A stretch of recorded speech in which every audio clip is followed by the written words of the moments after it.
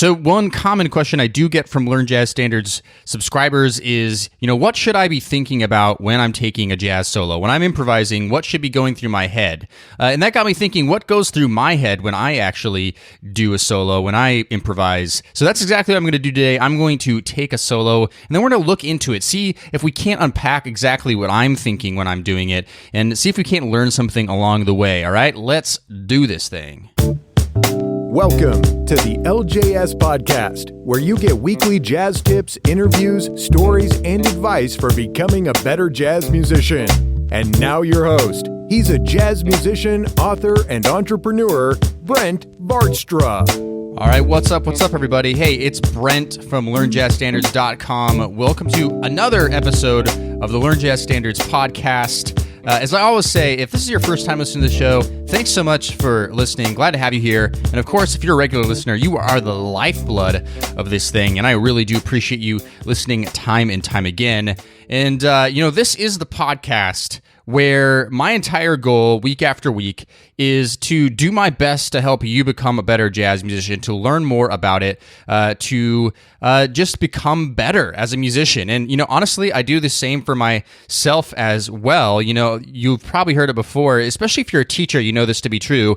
When you teach something, when you talk about something, you actually learn it so much better. You solidify what you already know, and maybe you even learn some things along the way. And so that's also why I get so excited about doing this, is because I have that spirit of wanting to learn. I hope that you do too. And so I'm excited today. I'm going to be talking about what I think about when I solo, and not even necessarily what I think about, but maybe what we should all be thinking about, or maybe also just where we should be aiming for getting. We'll talk about that in 1 second. I will say I got some inspiration from today's episode. I was checking out Jens Larsson's YouTube channel. I'm a fan of his YouTube channel. If you've never checked out Jens Larsson's YouTube channel, he has a lot of really great stuff going on there. He did a similar video to this, and I just thought this was really interesting, especially since I noticed this is a question that I've gotten before as well. So I'll be sure to link that up in the show notes today, which you can find at learnjazzstandards.com // episode 141, episode 141, if you also want to check out what he did. We also had Jens Larsson on the show on episode 122, so you can go to episode 122 and listen to that one as well after you're done listening to this one, of course.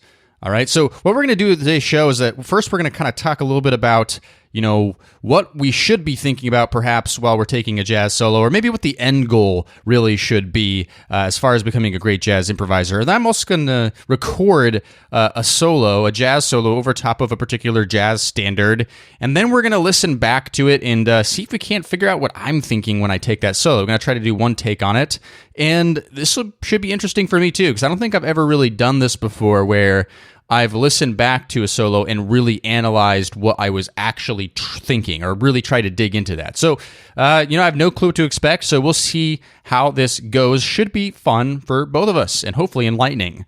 So one more thing, though, before we jump in. Hey, if you've never subscribed to this show, I want to make sure you do that. So subscribe on iTunes or wherever you listen to your podcasts. I don't want you to miss any of these episodes. All right, this is really important.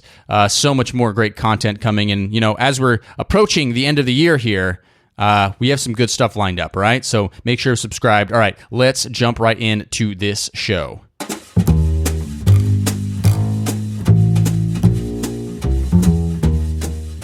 All right, so before I record this solo here, let's talk about first things first. What should we be thinking about when we're taking a jazz solo? So a lot of times I get these questions from subscribers, and they're asking, hey, what should I be thinking? Should I be thinking about scales? Should I be thinking about chord tones? Should I be thinking about playing regurgitated licks that I've learned? Should I be thinking about this latest solo that I transcribed?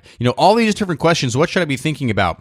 It's really the big trick question of improvisation, because improvising really it requires that you're spontaneous. It's like we always call improvisation composing sped up, and composing is slow, so it gives you time to actually think about what you're doing. But improvisation, it really almost insinuates that you're not thinking. And so when we're talking about what we should be thinking, technically, the best improvisers aren't really thinking about much. Now, I would not consider myself one of the best jazz improvisers, not by a long shot. I mean, there are, of course, the long list of jazz greats. There are plenty of other people that can improvise better than me, and they're the ones that I look up to. And when I look at them and I hear them play and I go to jazz clubs and I just sit in awe of them, I realize that they're really in a completely different world when they're improvising. They are in a musical moment. And I can recognize that because I've actually experienced that before myself, multiple times, of course,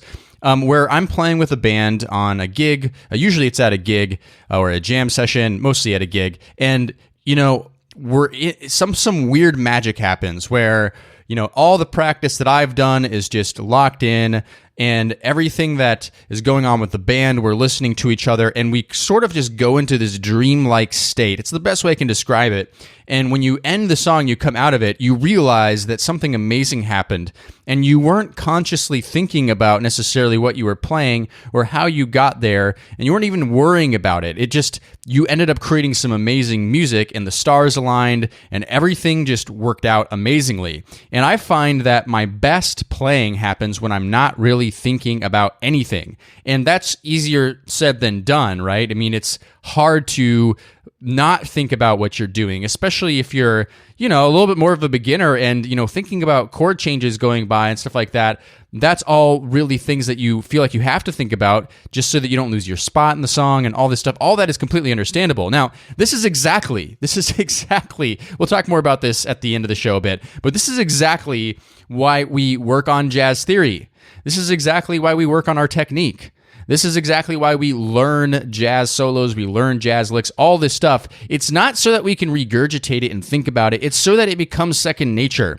And when we have all these different puzzle pieces in place, that's when things become natural for us, right? And that's doing these things is the only way that we can allow for these incredible music moments, these musical moments that have so much freedom in them. That can only happen if we really have all this other stuff together, which is why, that's what I talk about in this podcast, is all this stuff. We have to get that stuff together, right? So at the end of the day, I think our end goal should be to think as little as possible or to not think at all. Now, again, that just doesn't always happen, but the more you do this stuff, I think the easier that becomes. All right, so let's do a little experiment here. I'm going to take a solo over the jazz standard Out of Nowhere. Okay, the jazz standard Out of Nowhere. I'm going to lock in a little play-along track, a little backing track to give some harmonic context for you, and then let's kind of go through it. So let me do this right now. Let me take my solo over Out of Nowhere. Let's see what happens.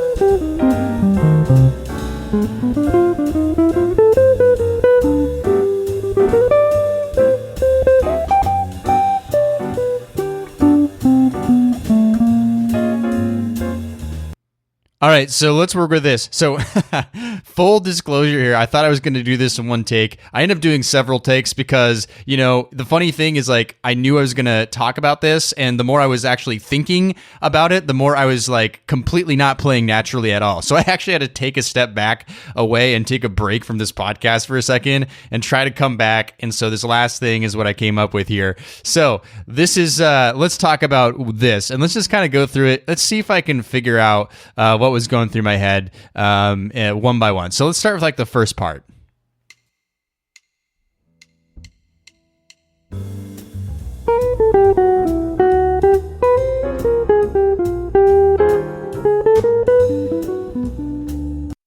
All right, let's actually start there. So the first thing I noticed is that I played an idea, and then I moved it a half step up when there was a chord change. So the first chord of Out of Nowhere is G major 7, okay? First chord is G major 7. So I played something like this.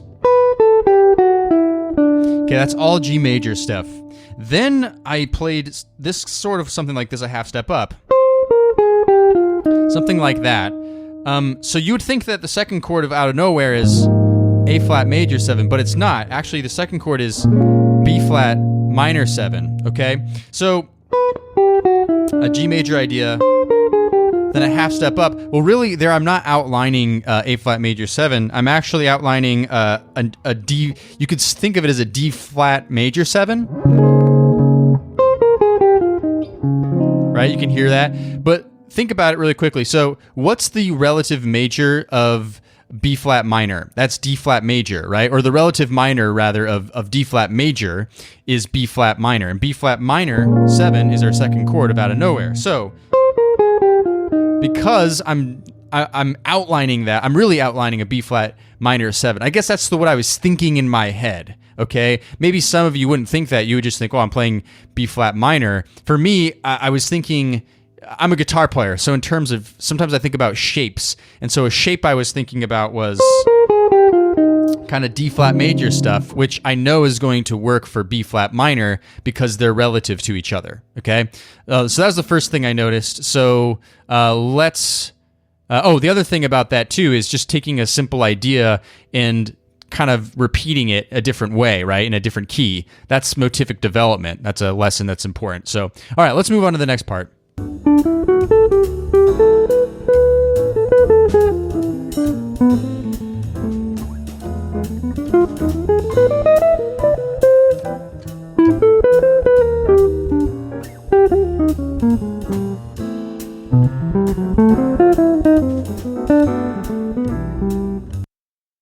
All right, so there's a few things going on there. So let me try to unpack that. So basically, after that first plate I played, after the B flat minor 7 lands on G flat major. So that's where that little recording section came from. But then it goes and we go a minor 2-5 into A minor. So it goes B minor 7 flat 5, E7 flat 9 or sharp 9, whatever, into A minor 7. So one thing that I noticed, and this is just something that I noticed that I just kind of do by default, and this is where the more you do things and then you play, then certain things just kind of like work themselves into your playing that you just kind of latch onto. It's not even necessarily that I think now play this. It's just that's kind of what I naturally do.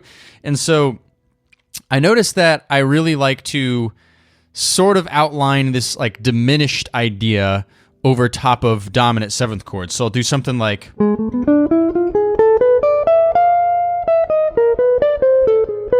right? Well, it's basically over top of that E7 flat 9. Some stuff like that. I mean, that's just very natural to me because I've done it a lot. It's really just outlining an altered E7 flat 9. So I guess I like to think over dominance. And I think we'll see this more in the solo. I like to think altered over top of dominant 7s that are resolving to a 1, especially if it's a minor 7th chord. But again, as far as what I'm actually thinking, I think this is where it gets kind of hard, is, I'm not, I guess I'm thinking about it, but it's just sort of coming natural to me. It's kind of a natural move to do. In fact, in many ways, maybe if I were a more even advanced improviser, maybe someone who's just like top level, doesn't really think so much of it. Like, it really things come organically. Like if you listen to Keith Jarrett or something like that, that's like someone who I really consider like a true improviser. Like they really aren't regurgitating ideas. They're really playing musical moments, things in the moment. They're not just having a hard time expressing myself here, but I think you understand what I mean. They're really expressing themselves organically every single time. Nothing's really coming from this muscle memory contrived place. All right. Then over top of this next chord, the E flat 7, I did some chromatic stuff, which again, this is pretty signature into the way I play. That's all outlining an E flat 7, starting on that 13th and then walking down to the flat 7 there.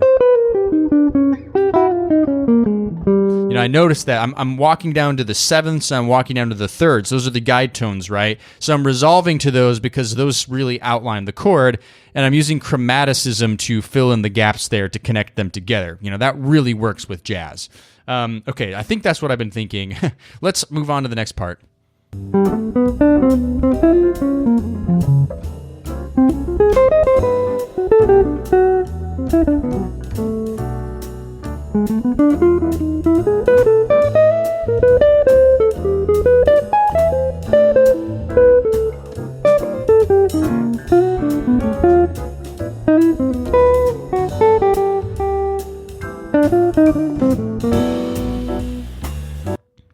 Yeah, so that was the end of the first chorus there. I did 2 choruses. So that was the end of the first chorus. Okay, again, you heard over top of that E7 flat 9 to the A minor 7, that 5-1 relationship there, the altered stuff. I did something like this.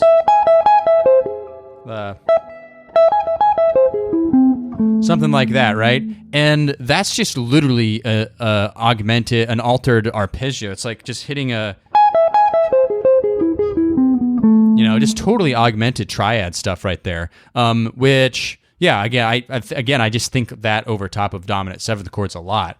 So at the end, I think I did this. Something like that. Again, that would be an altered idea. Like D7 altered.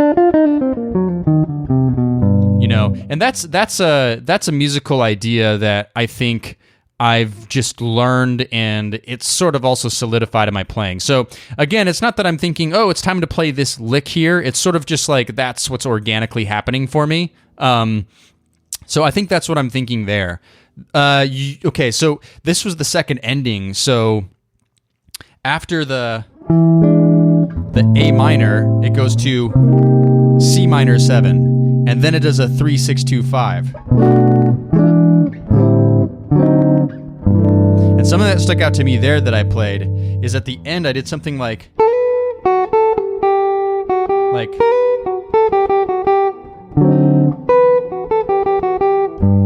something like that. But kind of what that was doing is I was sort of quoting the melody in there, because in the melody it goes...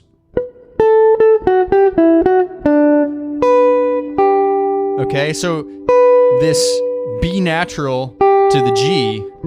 I think I was really thinking about the melody there, which again, thinking about the melody when you're playing is always a good idea. It's always a good idea to do. Okay, cool. So let's move on to that second chorus.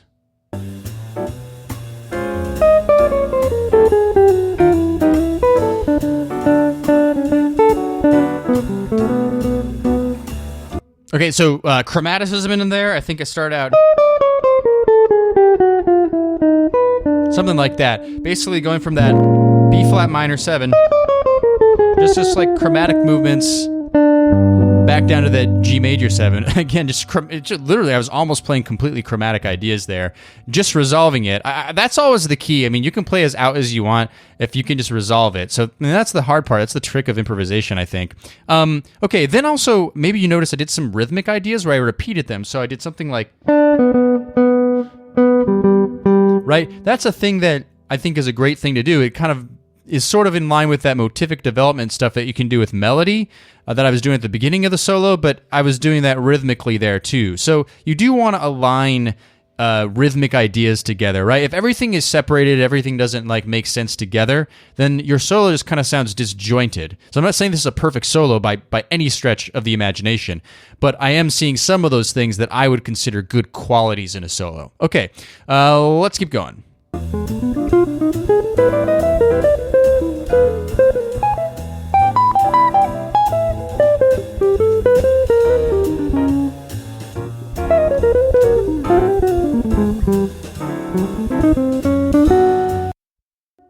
All right, so there's a lot of double-timey stuff there, right? So 16th note runs, stuff like that. So I think there I was probably just thinking I need to change it up a little bit, right? Because, again, I was starting to go to some of that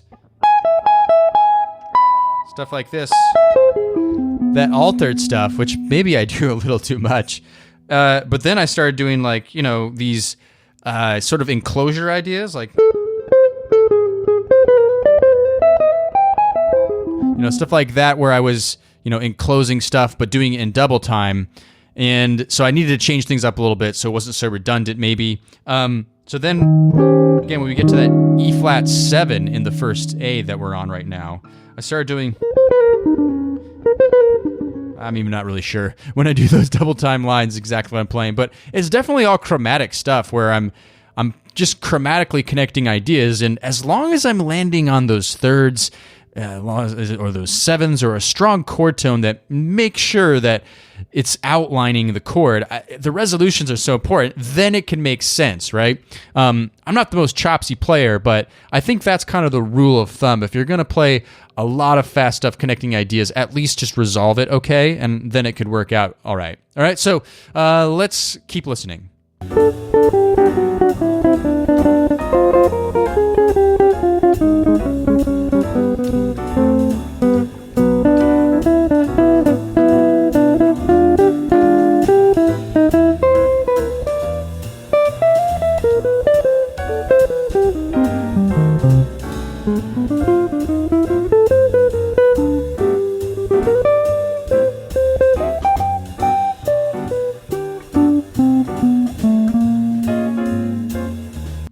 All right, so that was the last A. So every instrument has their own special ways or techniques to build tension, to build intensity. So as a guitar player, one of those ways is to play chords or to play, more than one note at the same time. So in my case, you probably heard at the beginning, I was playing to these 2-note intervals, like...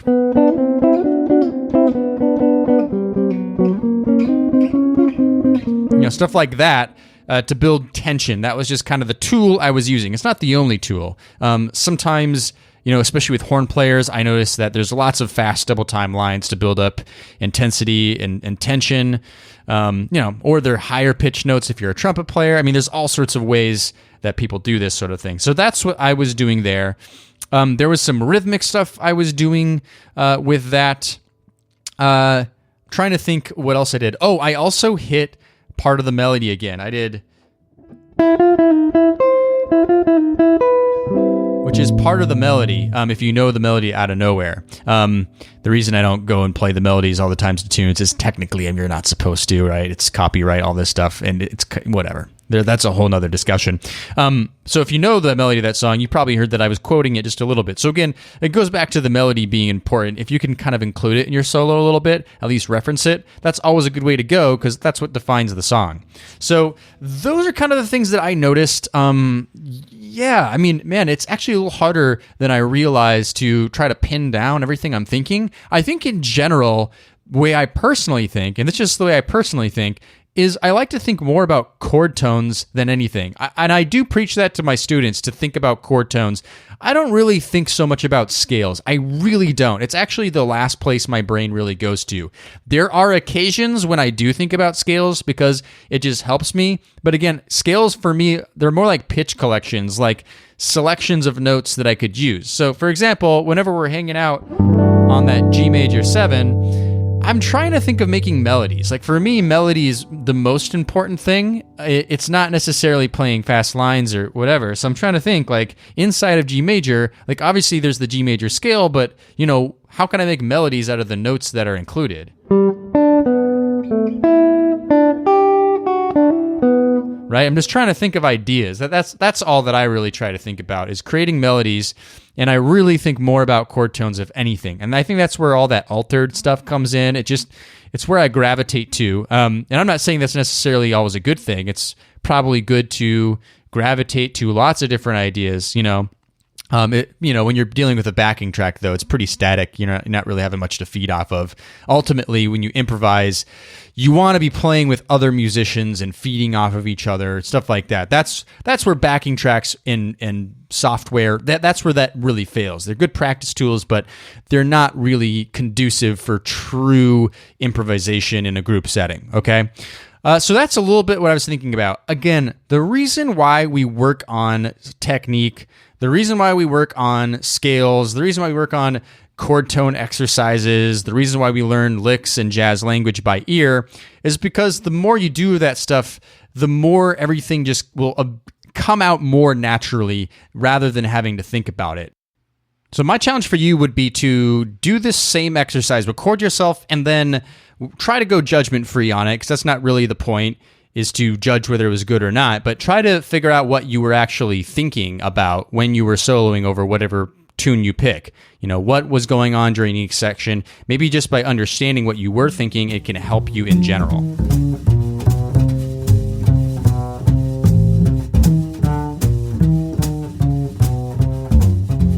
All right, thanks for listening to the show. Really appreciate you. Thanks for sticking around, hanging out with me today. Hope this was all a little bit helpful for you. And now, if you're thinking to yourself, hey, I would love to be working on technique, love to be working on learning jazz language. I wish I had a practice program that could hold my hand, help lead me through that process and really build up my jazz skills. Well, then I want to suggest checking out my premier jazz practicing course. Hundreds of students are in that course and getting big results. It's 30 Steps to Better Jazz Playing. You can find that at 30stepstobetterjazzplaying.com. That's 30 steps to betterjazzplaying.com. It's a focused, goal-oriented jazz practice session where you're going to be working on the things that will make a difference in your playing. So head on over there. There is a free mini course that you do have to take first before getting invited into that, but you can go ahead and sign up for that at 30stepstobetterjazzplaying.com. All right, I want to thank everybody who's been rating and reviewing the podcast, by the way, on iTunes and everywhere else. It's really appreciated. Thank you so much. All the kind words. I do read them all, and it's really appreciated. It's not just for me, though. It's just for other people to see, hey, this is a podcast worth listening to. So if you haven't done that yet, go to iTunes or whatever podcast listening service you use. Leave a kind rating and review. Super appreciate that. All right, next week we'll be coming out with another episode of the Learn Jazz Standards podcast. See you back then. Thanks for listening to the LJS podcast, brought to you by LearnJazzStandards.com.